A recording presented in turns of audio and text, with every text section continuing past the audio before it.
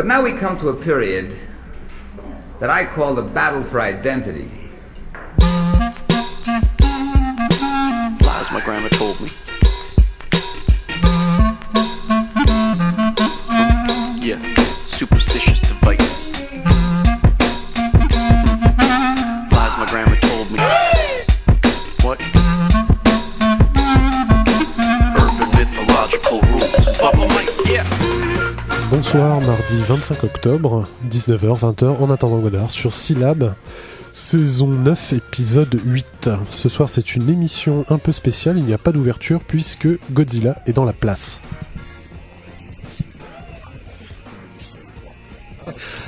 Oui, c'est un peu honteux.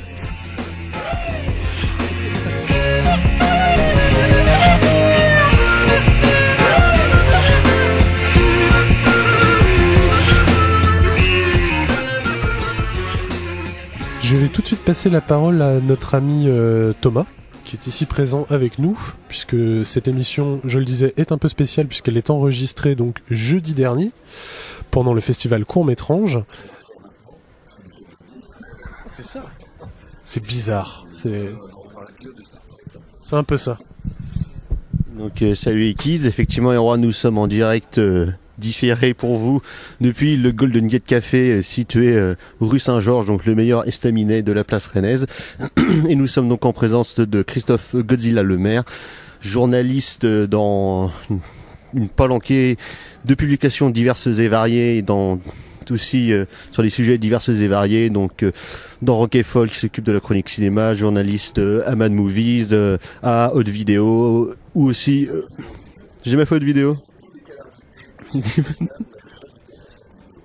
Donc voilà, et qui a aussi bossé pour Canal+, et qui a été un des membres actifs de la revue Starfix, dont nous allons parler un petit peu aujourd'hui, car un ouvrage anthologique qui est ressorti mercredi de la semaine dernière, oui c'est ça, mercredi de la semaine dernière, donc sur la revue. Le 21, le 19 octobre... Donc voilà, donc Christophe Lemaire qui est aussi issu d'une famille célèbre puisque son père Francis était comédien de théâtre et de cinéma dans de nombreuses comédies populaires.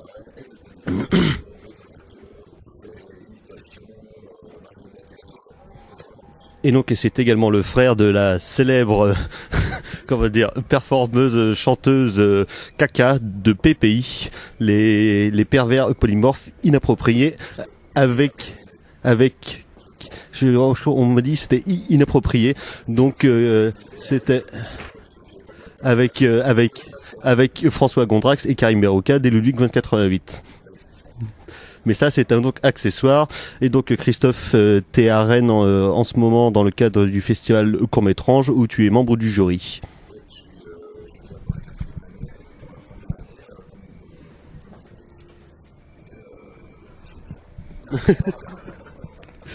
Donc ouais, c'est ta 4e venue à Rennes. Avant, t'étais juste là en tant que journaliste pour faire des reports dans Mad Movies.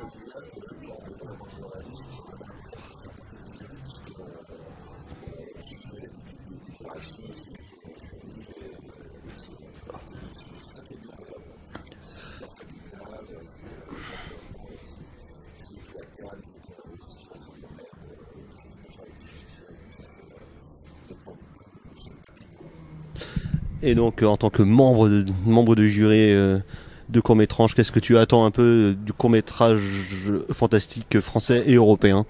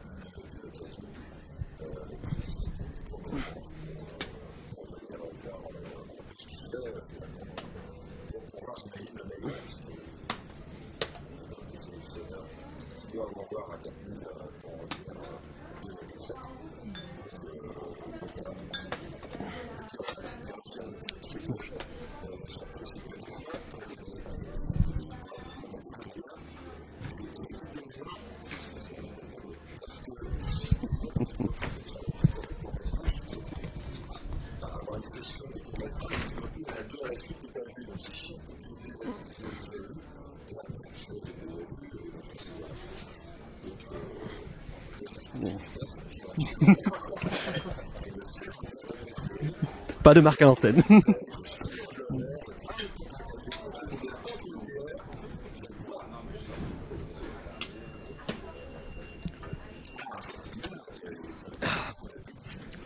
Faire de la pub, hein, après.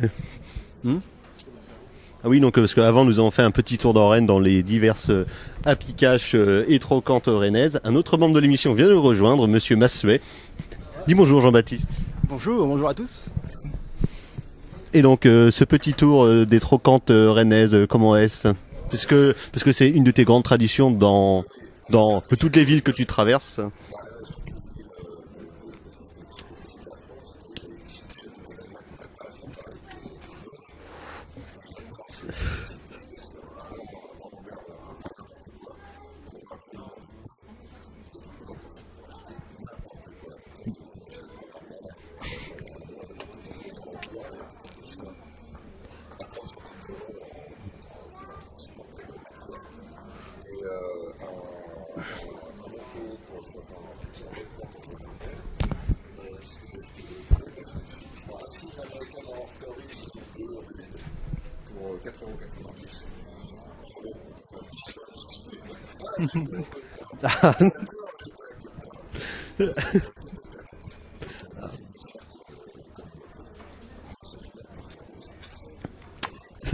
Donc voilà, la raison de ta venue à Rennes, les magasins Nose et vraiment, accessoirement le jury de court-métrage qui donc s'est terminé dimanche dernier. avec un très très beau palmarès, on peut le dire.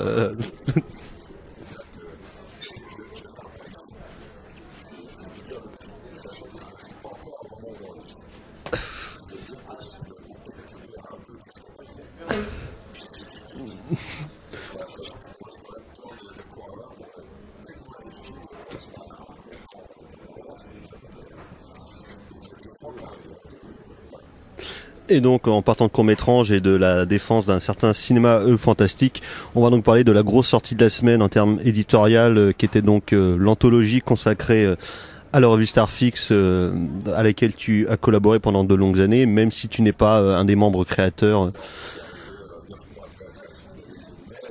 Le temps de t'enfanter, quoi. Donc revue créée par Christophe Gans, qui maintenant on connaît bien puisqu'il est devenu le metteur en scène à succès que l'on connaît. Voilà. C'est ça. Exactement. Donc Christophe Gans, un anti-bois, et qui a fait exactement un autre créateur, lui aussi devenu metteur en scène après être passé par Canal+ Écriture, et aussi Edu Guideline, donc exactement, brossé en 2003, qui lui est le fils d'une de nos marottes de l'émission, donc de Jean-Patrick Manchette, le plus grand auteur de romans noirs de l'Hexagone.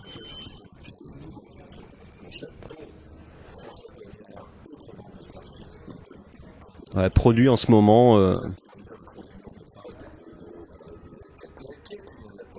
du premier roman qu'il avait coécrit avec Jean-Pierre Bastide en 1962.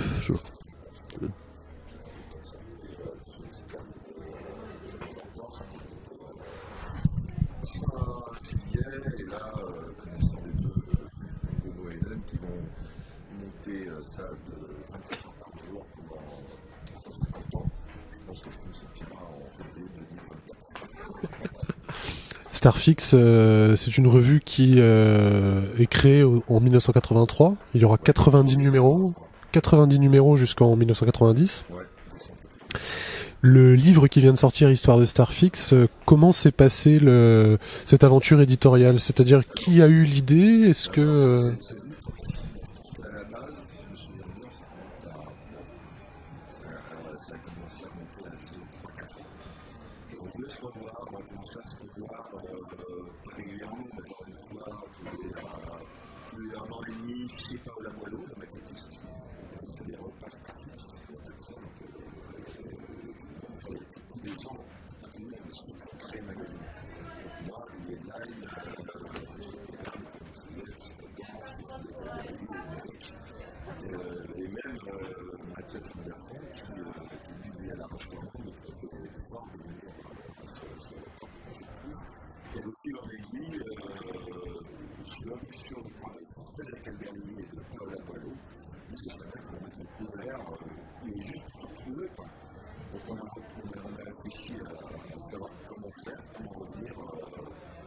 la façon de faire attention au problème.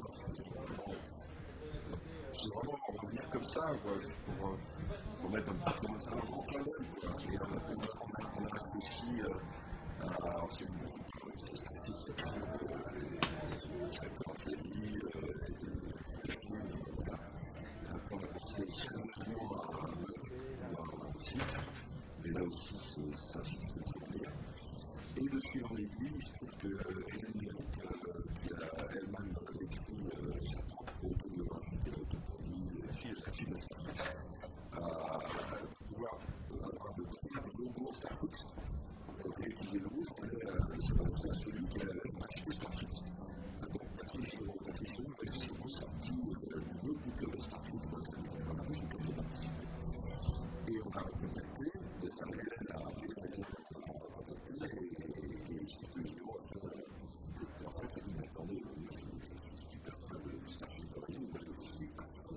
non seulement on passe le logo, mais je veux bien, si vous voulez faire un truc, d'où l'idée qui est venue de ce livre, constitué au final à 70% de reprise de textes d'articles sur les 30 premiers numéros, sur les 90, là c'était pour l'instant, de nouveaux textes faits par la majorité de tous les articles, ce qui est unique, je pense, dans l'histoire française. C'est-à-dire qu'on a les rédacteurs d'un canard d'origine, 25 ans après la mort d'un magazine, reviennent pour faire des textes. Je pense que pas de côté. Et voilà, ça s'est fait dans le faire, parce que la discussion aussi, on n'a jamais, on s'est très rarement réunis tous, parce que quand quelqu'un, Nicolas Tourne, Christophe Tourne, produit, des fois on est appelés ensemble, ça a dû nous arriver à chaque fois de voir sur le chiffre de la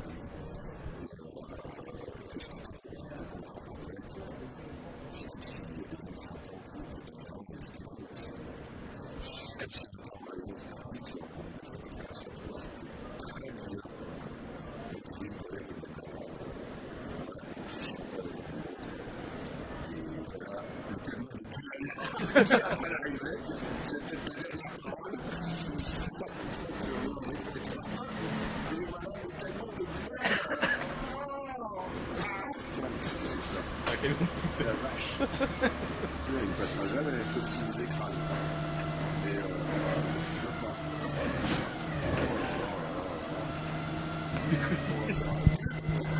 C'est ça.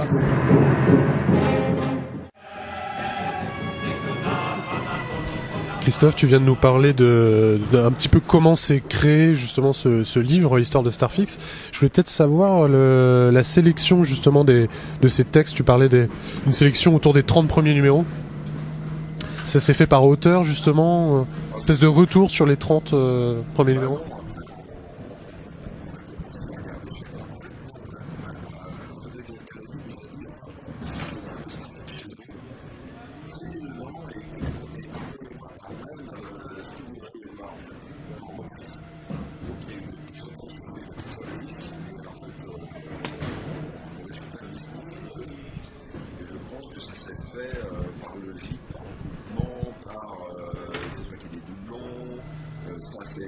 Ça c'est un article qui avait impressionné les lecteurs, ça moins. Ah merde, on a mis trop de Saint-Denis, jusqu'à moi, il faudra peut-être mettre un peu de français, Guillaumet, donc voilà, c'est comme dans un pied de censure. Alors je sais qui, j'ai pas honnêtement, là, au moment où je n'ai même pas eu le temps de vraiment me replonger dans le livre. J'ai vu les textes de tout le monde, des nouveaux textes passés, je les ai vite lus, donc j'ai pas vraiment relu. C'est ça en fait, il est vraiment corrigé. C'est Frédéric Almieri qui est rédacteur en chef de ce livre. Et c'est finalement Nicolas Douille et Jean sont les rédacteurs en chef. Et du Canard, et là c'est Fred qui est rédacteur en chef du livre. Est-ce que le choix justement de certains articles s'est fait sur la mise en page justement? Je pense qu'il y a peut-être eu des... Je ne me souviens plus trop, mais il est possible qu'il y ait eu des articles qui ne soient pas qu'on voulait, mais qui ne soient pas passés.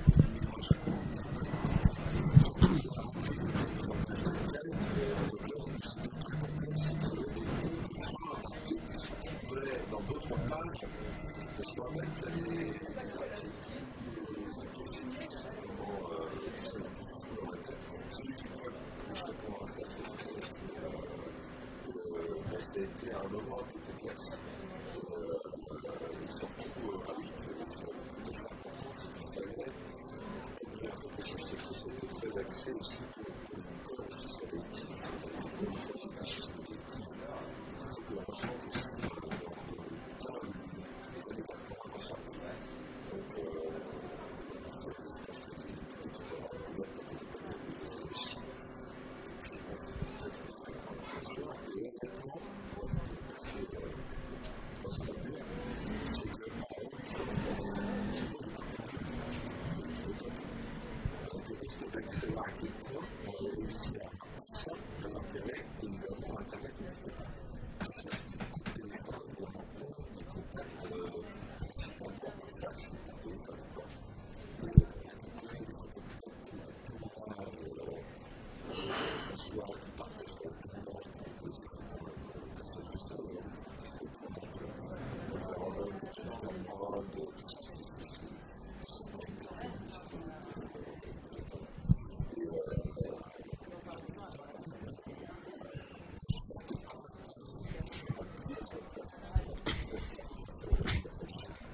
Parce que Erwan parlait de mise en page, puisqu'on va revenir après, je pense, sur l'importance ou l'intérêt que Starfix avait pour certains cinéastes qui maintenant sont reconnus.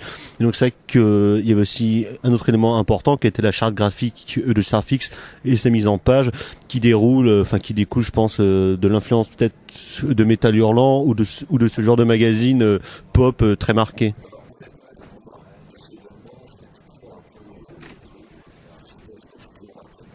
Et du coup, je suis pas comme ça.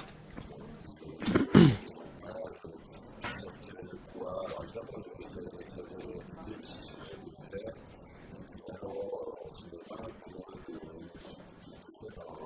développement en version de cinéma. Ouais. Et Headline aussi avait commencé à Metal, ainsi que son père Manchette, qui tenait une rubrique sur les jeux de société sous le nom du général Baron Staff.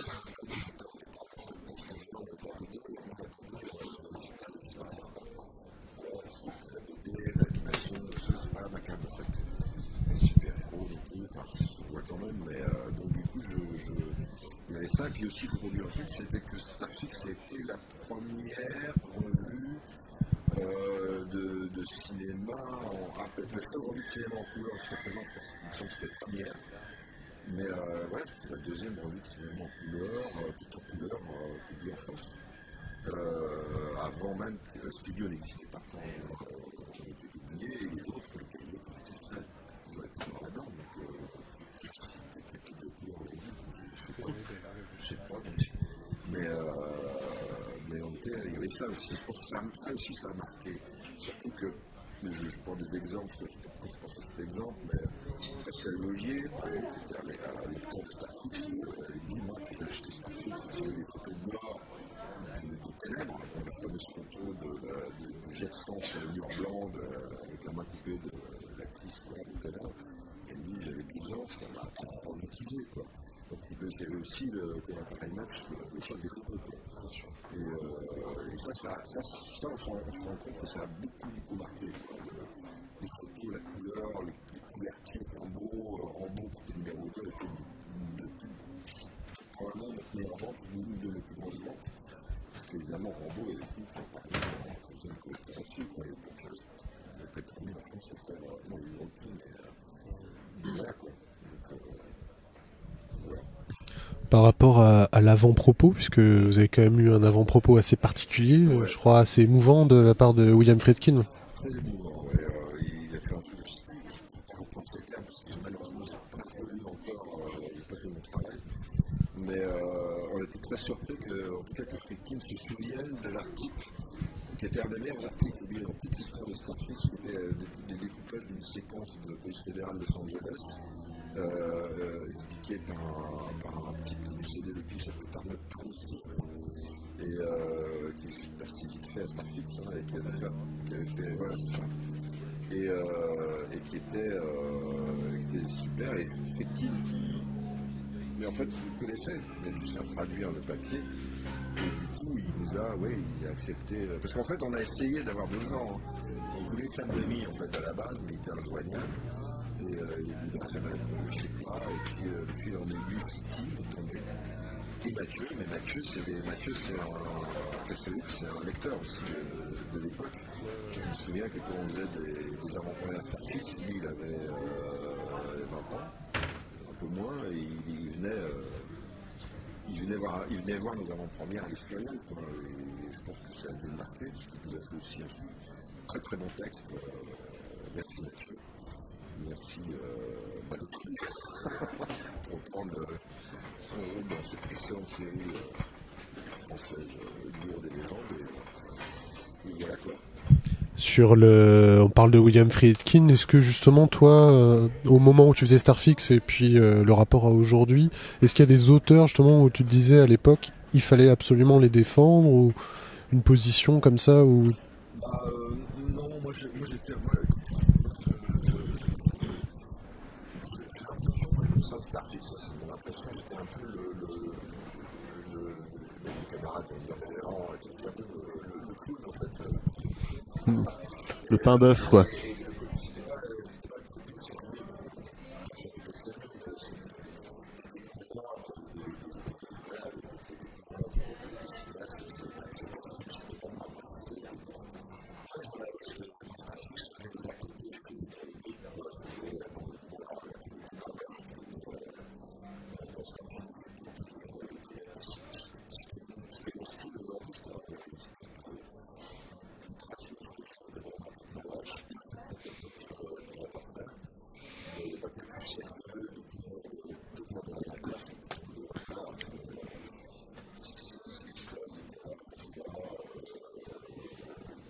C'est vrai qu'ils avaient chaque rédacteur avait un peu un centre de spécialité, ou puis Davsky, puis c'était déjà un cinéma assez militant. Gans, c'était le cinéma de Extrême-Orient plutôt. Il y avait Cognard qui était un grand défenseur de Cameron.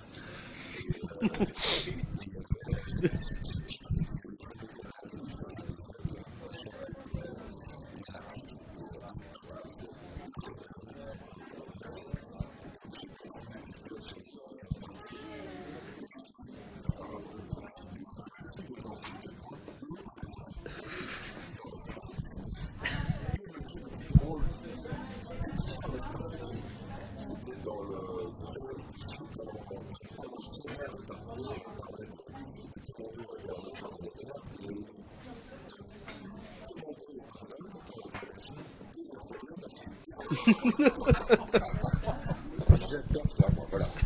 Alors, si moi je fais des papiers à partir de pour aller parler C'est vrai que toi, comme tu dis, toi, tu te considères pas comme un critique, t'es juste un mec qui donne son avis, mais c'est ça qui marchait chez toi, en fait, c'est juste que t'as un style assez déluré, belge, on va dire.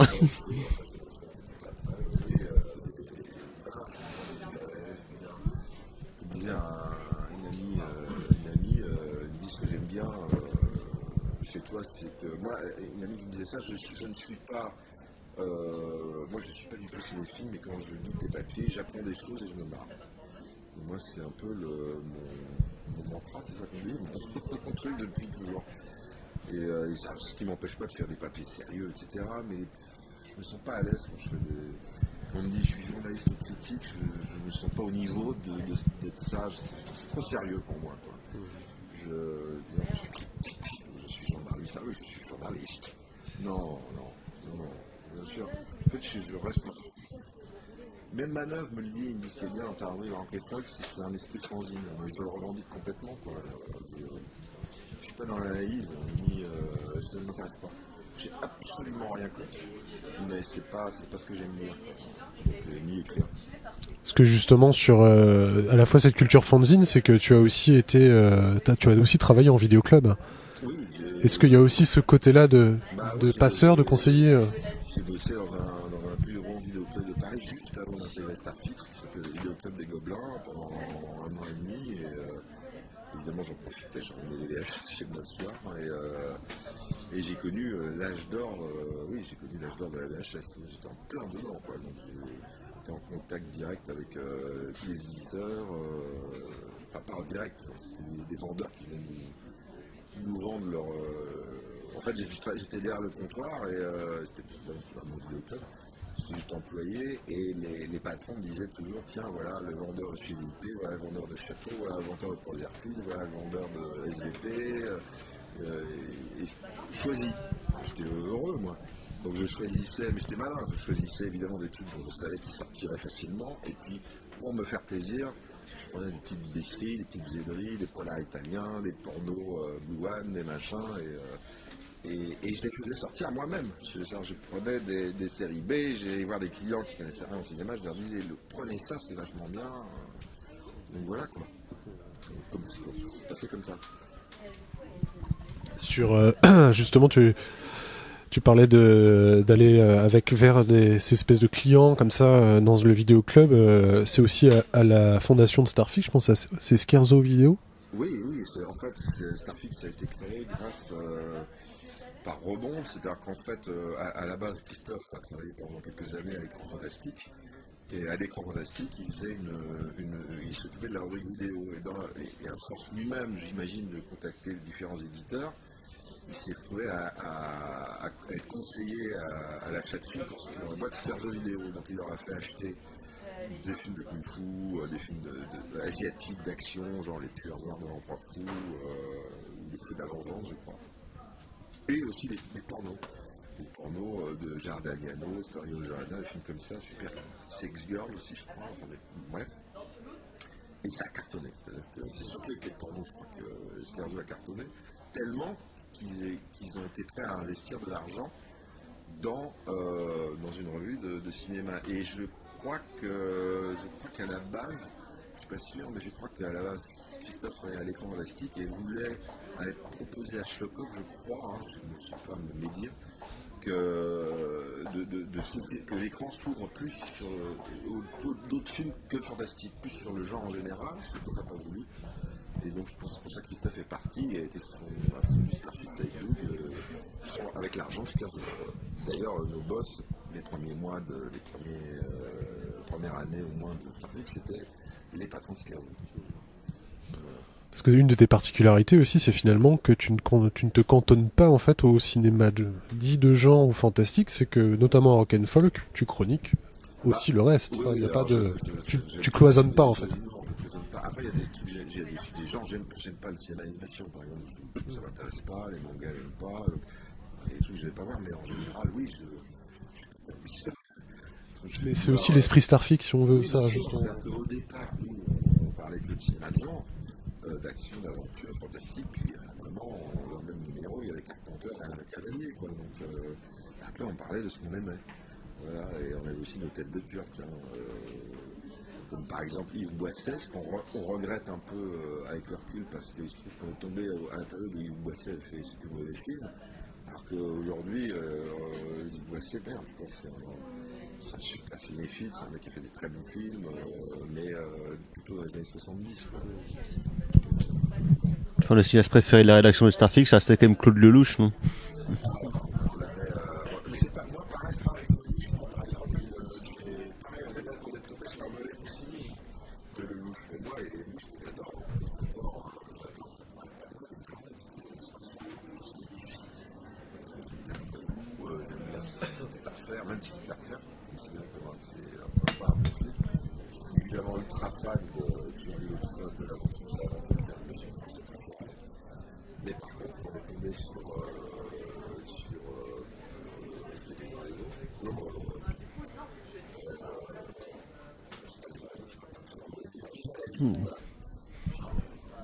Avec cette belle affiche où ils regardent tous. Voilà, c'est ça, c'est qu'on s'est dit pourquoi faire une critique, on va faire une parodie de l'affiche. C'est pour ça, on déconnecte. On peut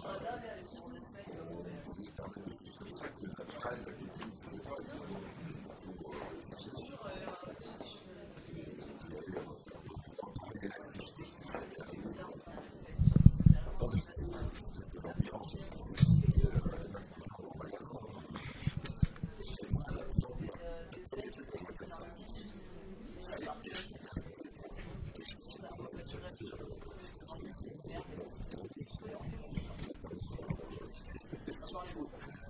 Je me rends compte maintenant, parce que après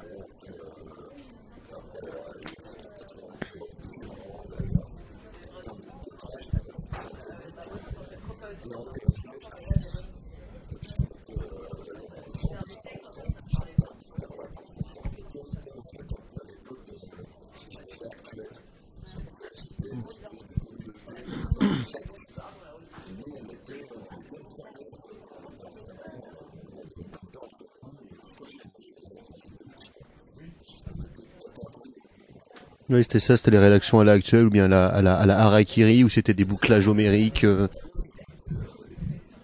la bille dans le champagne, tout ça. Non, pas de champagne, trop cher.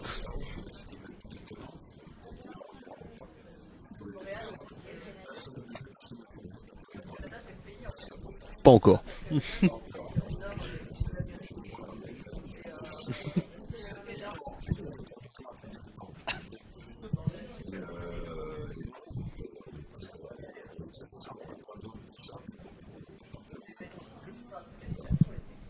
Et donc Starfix, c'est aussi la défense de genre ou de cinéastes qui maintenant sont reconnus. Donc on parlait de Cameron, McTiernan, de Carpenter, qui dans la presse cinéma généraliste ou bien spécialisée était soit peu traité, soit mal traité.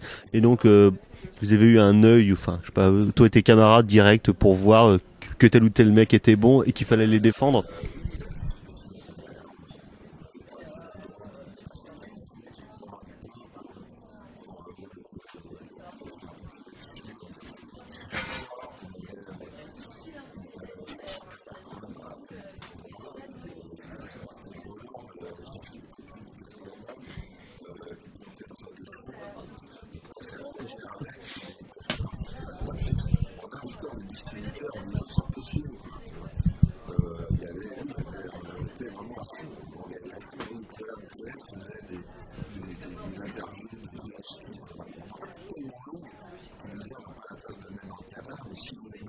Ceux qui veulent l'interview ceux qui veulent l'interview intégrale, qui m'envoient une enveloppe et un timbre, et je m'envoie le malheureux, parce qu'il a reçu des tonnes de courrier, il a passé des semaines à la photocopie, à faire des mousseaux de papier avec l'interview complète, de faire l'équivalent dans le bouquin, qu'il envoyait à plus de lecteurs. Il parle, et voilà quoi. Sachant qu'au sein de la rédaction, il y avait en plus des gens qui n'avaient pas besoin de ski. Mais chacun faisait ce qu'il voulait faire. Quoi. En essayant de convaincre l'autre que non, c'est bien le ski, lui c'est bien machin, c'est bien. Voilà. Par rapport aux lecteurs de l'époque, je crois que quelque chose de très important aussi, c'était les avant-premières. Ah bah oui, les avant-premières, c'est pareil, c'était hystérique. Parce qu'il fallait pour rentrer, on faisait les avant-premières à l'Escurial. Ça, le magnifique, c'est toujours 13e. Et on faisait les avant-premières quasiment tous les dimanches matins. Ouais, on a fait découvrir à nos lecteurs les films très dans Starfix, sur Mac ou des films comme ça. Et le problème, le truc, c'est que tu pouvais aller à l'avant-première que si tu étais abonné. Et pour être, donc, on avait les lecteurs venaient chercher leur place dans les locaux. Et ce qui est drôle, c'est qu'il y avait toujours des gens qui n'étaient pas abonnés et qui étaient au courant des avant-premières. Donc on se retrouvait des fois avec 70 personnes de plus. Dont Mathieu Kassovitz, que je dénonce ici, qui lui me disait, il me disait, moi j'achetais Starfix en kiosque parce que je ne voulais pas m'abonner, parce que si je m'abonnais, j'avais peur que Starfix soit abîmé dans l'enveloppe. Donc du coup, il n'y avait pas les invitations, il me disait, Mais ce qui est génial, c'est que comme c'est moi qui faisais les entrées la plupart du temps, et qui mettais à l'entrée des Scuriades et qui prenait les invites pour faire passer les gens à un. Mais il y avait tellement de monde que systématiquement, à la fin, je ne pouvais plus, j'ouvrais les portes et tous les gens qui étaient dehors rentraient. Et Castelvis disait, moi j'arrivais toujours à la fin parce que je savais très bien qu'il allait ouvrir les portes et que je verrais le film. Et ça, elle était remplie et je pense qu'il y avait des gens par terre, quoi. Et on a passé, combien d'années ça a duré. Après, on est passé au Max Linder, je crois. Et on a même fait un festival Starfix à l'Espérial où on a fait découvrir, entre autres, Verhoeven, les films de Goff Murphy aussi, Lucu, je crois, trop de souvenirs. On a fait découvrir Pee-wee surtout. Ouais, Pee-wee, on a fait sortir, on a passé Pee-wee. Pee-wee, c'est une sacrée histoire parce que la Warner nous avait appelé en disant on a un film très bizarre, on ne sait pas quoi en penser, et il faut le projet de Pee-wee à la Warner. Le premier Pee-wee, Tim Burton. On s'en a, on était mort de rire, les gens de la Warner disaient ah, vous trouvez ça drôle? Il a eu. Et du coup, de fil en aiguille, on prend le film, on le passe dans notre festival, ça cartonne, et la Warner oublie qu'ils allaient laisser la copie à l'Espérial. Donc du coup, Jean-Jacques Zimmerman, le patron de l'Espérial, profite du truc et commence à faire des séances en pirate tous les vendredis minuit, du samedi minuit, sans séances pirates, où il avait tous les branchés de Paris. Tout Paris avait vu Pee-wee en pirate, machin. Le buzz a monté. Et du coup, je crois que Jean-Jacques Zimmerman a dû acheter Pee-wee à la Warner, l'a sorti en salle et a fait un carton. Il a fait venir Pee-wee, un peu leur danse, il a dû faire les bains-douches, c'est une très bonne chose. Ils sont allés au bain-douche, Pee-wee a fait la breakdance, et le film a fait, je sais pas, 100 000 entrées, mais c'était beaucoup à l'époque pour un film, voilà. Et donc du coup, on a découvert Tim Burton sans le savoir. Et voilà. Tu parlais de ses avant-premières aussi, je pense à un film qui me vient comme ça, parce que je crois que ça a été un film important pour Kassovitz, je pense à Requiem pour un massacre. C'est un film important pour Mathieu, je crois, et Albert Contel aussi. Il était aussi lecteur de Starfix. Quand je dis lecteur, je ne sais pas s'il a acheté les numéros, mais en tout cas, lui, il a été marqué par le Requiem pour un massacre dans Starfix, oui, le film de Klimov. C'est un des films de guerre les plus traumatisants, la guerre vue par un enfant, en fait. Et c'est à tel point que je crois que Dupontel l'a repassé dans le cadre d'une carte blanche qu'il avait eu à Canal il y a quelques années. Oui, il y avait ce film-là aussi. Je crois que c'était Nicolas qui défendait à l'époque. Il avait un papier dessus, je ne sais pas trouvé un numéro. Puis, donc voilà. Est-ce que tu continues à voir des films? Tu écris toujours, mine de rien? T'as arrêté? Et ouais, c'est ça que j'allais dire. Sans tomber dans le vieux conisme, du coup, il y a encore des films qui sortent que t'aimes, que t'apprécies.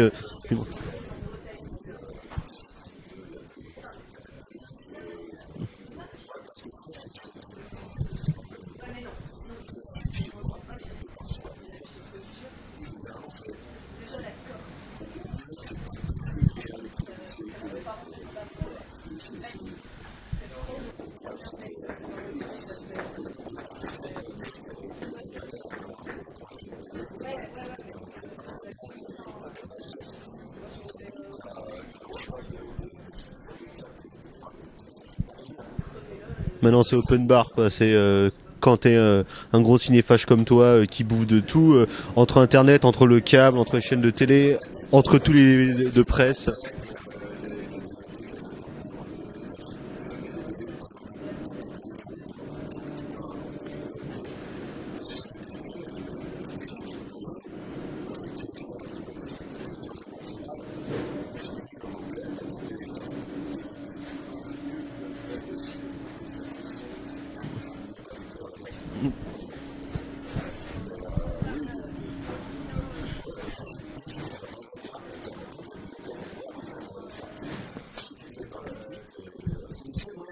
Ouais, et c'est vrai que ça c'est assez fascinant. Il y a plein de films qui sortent et en plus sont restaurés par les mecs qui font ce qu'ils appellent des repacks où ils remettent les meilleures pistes audio sur les meilleurs Blu-ray existants. Les Veils, ils font un travail de dingue.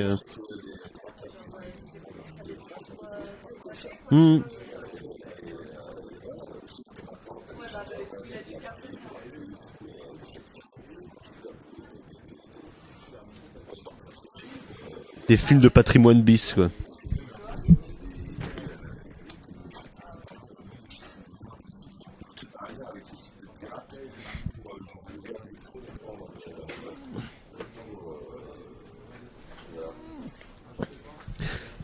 Donc Thibaut vient d'arriver. Dis bonjour Thibaut. Salut à tous. Et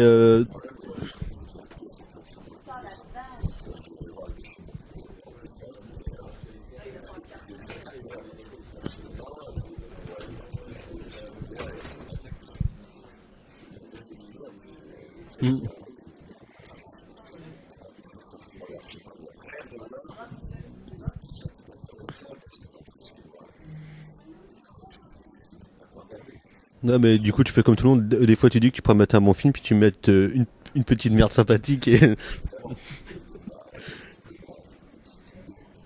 Ouais, moi aussi hein, j'ai vu.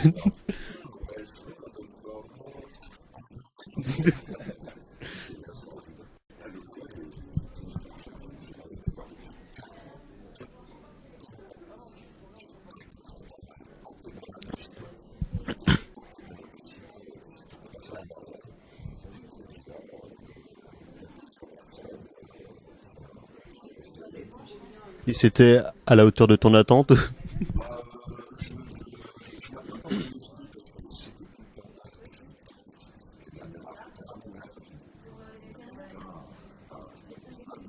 Un vrai film. Le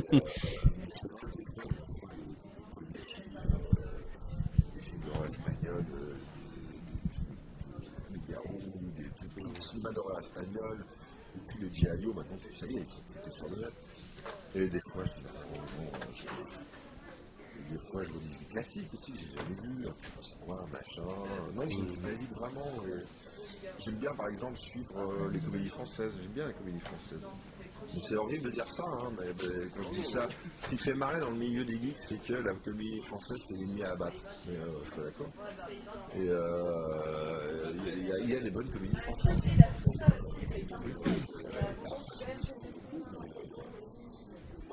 Non, mais il y a tout. En plus, dans la comédie française, c'est quand même extrêmement varié. Quand on regarde des films, que ce soit des années 50 à maintenant, après, il y a beaucoup de choses qui ont changé dans la représentation des gens qui sont les héros de comédie française. Par exemple, maintenant, c'est souvent des connards arrivistes avec des comédies qui sont, et encore que Clavier faisait des strokes assez différents à l'époque où il a commencé, quoi, avec les Baba Cool ou bien Je vais craquer, mais quand tu remontes années 60, années 70, les héros de comédie française, c'est plutôt des marginaux, des mecs un peu paumés, avec des films de chômeurs, trucs comme ça.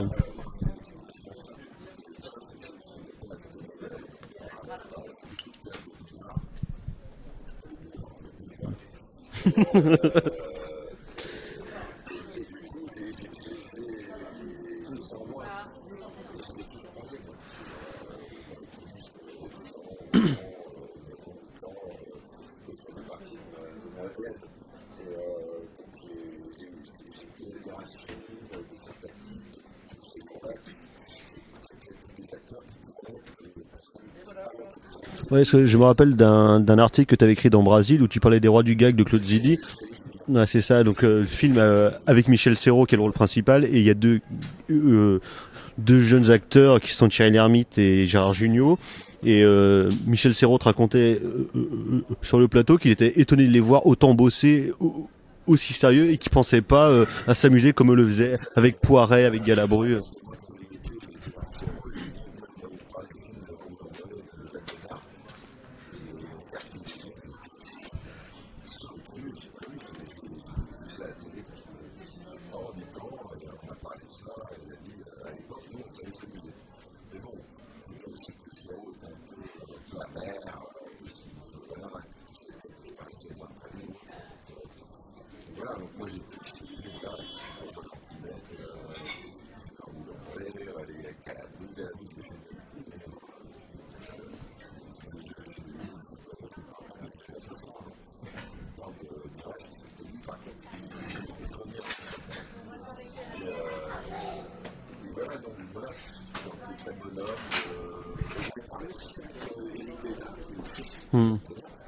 Qui est scénariste et metteur en scène.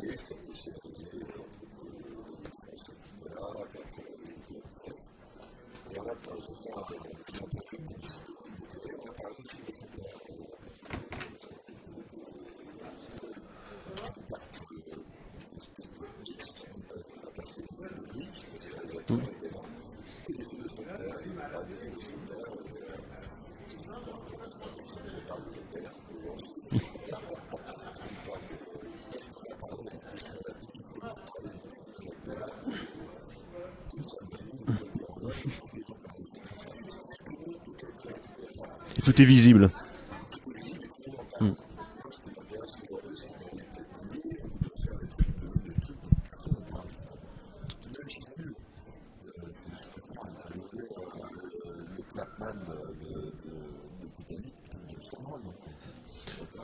Est-ce que tu vois justement, Christophe, d'autres territoires? Tu parles de la comédie française là, mais je pense à tout ce que tu as peut-être pu voir de cette en VHS par exemple, et des choses qui ne sont pas rééditées, par exemple aujourd'hui, les territoires encore. Est-ce qu'il y a encore des territoires un peu vierges en fait? J'imagine que si tu vas, moi je me souviens de Jean-Pierre Jackson et Christophe Gans qui étaient partis au Japon, parce que Jean-Pierre Jackson qui a été distribué des films asiatiques en France, Le film de Russ Meyer. Et Christophe Gans a fait beaucoup pour le cinéma asiatique via HK, et ils étaient partis pour acheter des films, et ils sont revenus, ils étaient blêmes en disant mais c'est monstrueux, on ne connaît que 0,0001%, c'est-à-dire que tu vas là-bas, des milliers de films dont on n'a jamais entendu parler. Et bon, c'est des vieux films, hein, mais c'est pareil, là, tu vois, la Warner par exemple, les vieux films de la Warner des années 30, ou n'importe quelle grosse boîte hollywoodienne, il n'y en a que 1%, ou 2, ou je ne sais pas combien de pourcents, ou 5% qui sont sortis en France. Tu les vois des fois sur TCM, tu vois des films, ça existe, et c'est sans fin en fait. Bien sûr qu'il y a des tas de films. Je te parle même pas de l'Inde, je ne connais rien, mais le cinéma hindou, qui est le plus gros producteur de films au monde depuis des dizaines d'années, il y a peut-être des chefs-d'œuvre. Et la Corée en ce moment, dans le genre, ils font des trucs incroyables. Quand je vois un film comme Le Dernier Train de Busan ou comme Délire, c'est bien, hein, mais je me suis dit d'accord, mais comme ça, il y en a au kilomètre, il y en a au kilo en Corée. Voilà. Donc oui, il y a encore à voir, sans parler de ce qui va arriver demain, parce que j'ai essayé, je n'avais pas encore essayé de Strasbourg, fantastique, la réalité virtuelle. Et là j'ai vu ça, je me suis dit, les possibilités. On a parlé avec Yann Kouden, du festival il y a 3 jours, qui est à fond dessus là. Et je pense qu'il va y avoir une nouvelle forme d'écriture, un nouveau truc qui va arriver. Là, on est aux prémices de.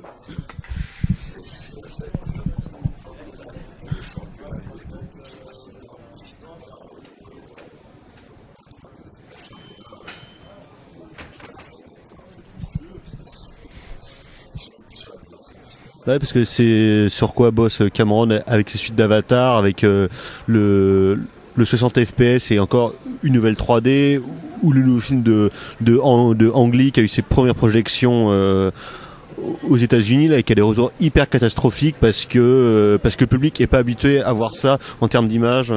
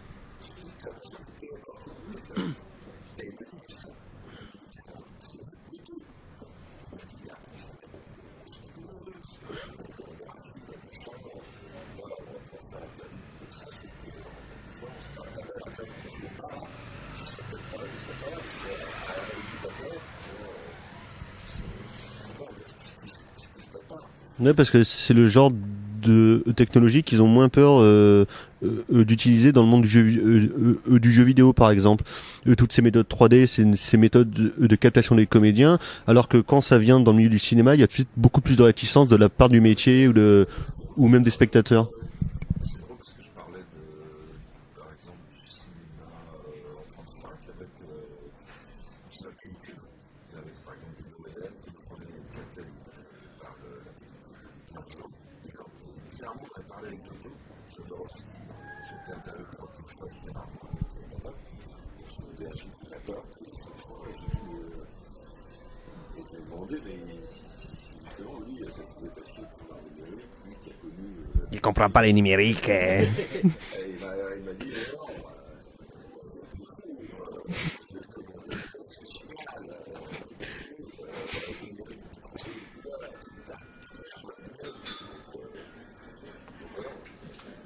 On a un peu une rubrique dans l'émission à la fin qu'on appelle les coups de cœur de la semaine. Et on voulait savoir, est-ce que tu aurais, bon c'est toujours la question, là c'est un peu à vif, c'est pas facile, mais un coup de cœur de la semaine ou je sais pas, quelque chose que tu retiens. j'ai adoré Poésie sans fin, justement. Je vais dire de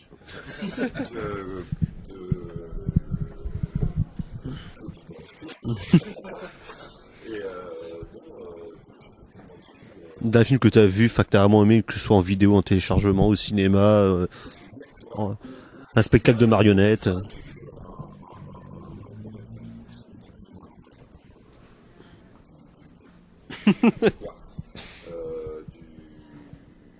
Le dernier coup de cœur, je suis officiel à moyen étrange.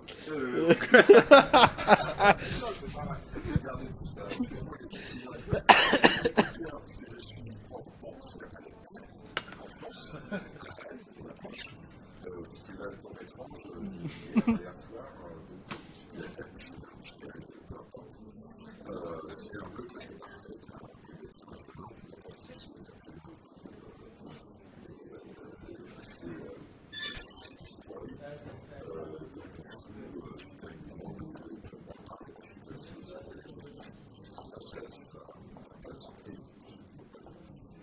Voilà, ça c'est un coup de cœur.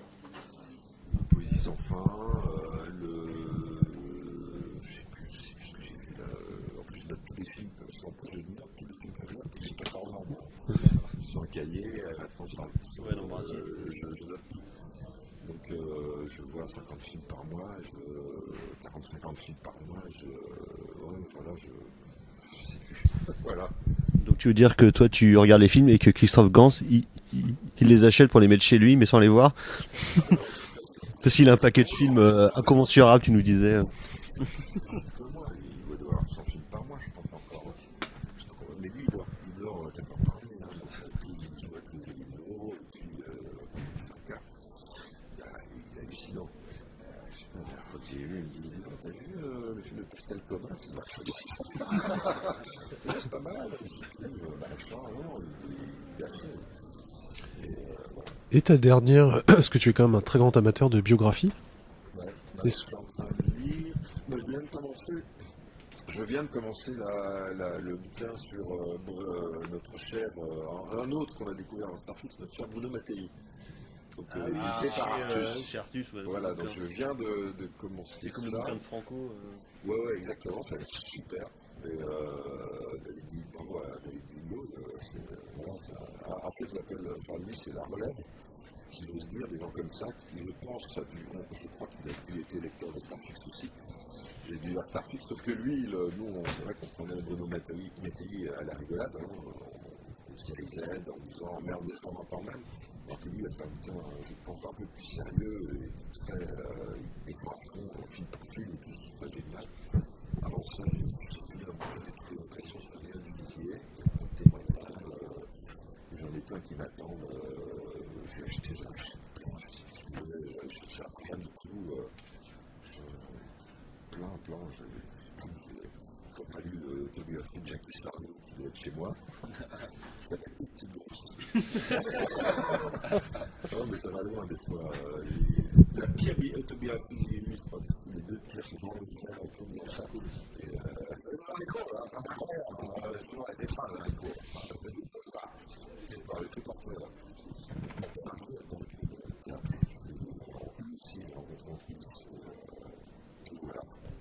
Peut-être pour le mot de la fin, est-ce que je crois que ce que tu retiens un peu de ton année 2016 en cinéma, il y a le L de Verhoeven et puis Comancheria. Ah oui, Comancheria, c'était une super surprise. Mais c'est pareil, Comancheria, ça fait partie de ces films, c'est un de mes films de l'année, je pense, mais en même temps, c'est ce qui devrait aujourd'hui être la norme. C'est toujours pareil, on dit que c'est génial, alors il y a un délire autour de Comancheria justifié, mais en même temps, il y a 30 ans, un film comme ça, c'était la norme. Aujourd'hui, c'est exceptionnel, c'est normal, parce que le monde est totalement marginalisé. Donc, du coup, tu vois tout le coup un film à l'ancienne, qui a carré, bien filmé, avec une histoire, des personnages, qui en plus est un semi-remake de Alexira de Bolch. Tu te dis, ouais, putain, ça fait plaisir de voir ça. Oui, du cinéma, je suis sorti là, je dis putain, les mecs, on vient de voir un film. On vient de voir un film. Vous avez vu, on a vu un film. Et voilà, donc oui, mais en plus, je disais, il y en a probablement des tonnes que je rate. Parce que chez moi, je n'en vois pas, et après, je rate des fois, il y a des films, tu vois, 5 ans, 6 ans après, dans les câbles, même des films français, putain, c'était bien ça. En fait, c'était bien, voilà. Bon. Eh bien, à la semaine prochaine pour de nouvelles aventures dans Nathan Godard, ou la semaine d'après. Merci Christophe pour cet entretien, et puis voilà. Merci.